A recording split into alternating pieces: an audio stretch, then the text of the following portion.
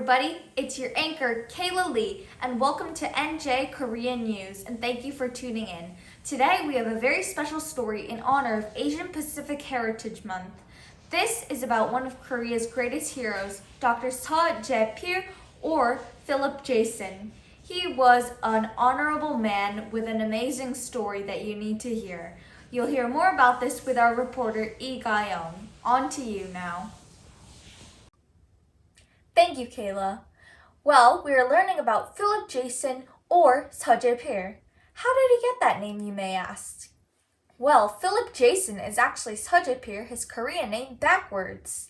We learned more about him in My Papa is a Simple Man, a book dedicated to him, but the slides presentation will lead us more into his explorations and discoveries. As we saw in the My Papa is a Simple Man story, Philip had many roles in his life. Not only was he a hero in Korea, but all over the world, he was also a father, a doctor, an activist, a founder, a leader, and so much more. He fought for his country and also founded a wonderful newspaper called the 독립신문. This is more about Dr. Jason's youth life. He was born in the country of Korea in 1864, and shortly after, he was adopted by his aunt and uncle, who were a very powerful family. At only the age of 18, he was hired as a junior officer for the court, and later he was sent to learn Japanese by the king himself. Shortly after he finished his studies abroad, he returned back to Korea, but there was one serious problem. The king, or known as China, were trying to take over Korea and Japan. So, Dr. Jason and his two friends went to America in search of new opportunities and some freedom. Although America was commonly known as the best country in the world and a land where there is independence, there were quite some struggles for young Dr. Seo coming there. Firstly, he was refused many job offers as many people did not want a person of color working at their company, and the ones that he was applicable for were a bit too underqualified for him. Secondly, his two friends that he had journeyed here had left him after facing many hardships. Number 3, he was struggling to afford things financially immigrating to a new place and had to labor and struggle. Slowly but surely, he worked hard to overcome his hardships. Firstly, he was no longer unemployed, as he found a job that paid well and had a good boss. Number 2, he was breaking the language barrier as he was now learning English and was studying diligently. Number 3, he was now enrolled at an American university and was on the road to becoming a doctor. Here are some of Dr. Philip Jason or Dr. Seo's 3 most amazing accomplishments. Firstly, did you know that he was the first ever Korean to achieve American citizenship?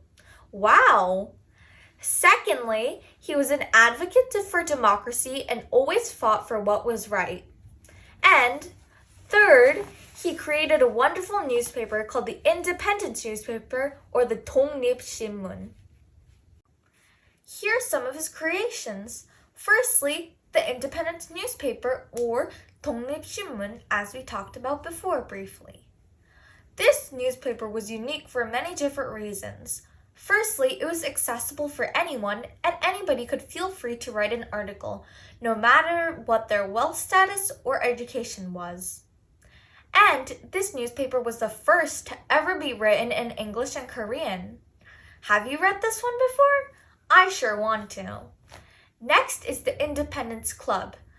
This club, also known as the 독립협회, was formed shortly after the creation of the newspaper.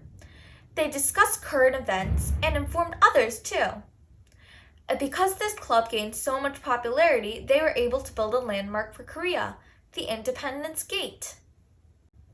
We sure can see that Dr. Seo was a wonderful man, and all of his things that he did were great. And we have a lot to learn from him as well. I would like to do as he did and face whatever obstacles I may have and follow my dreams no matter what anyone else says, and always strive to make a difference in the world. we can see that Korea is now a very strong country thanks to so many others like him.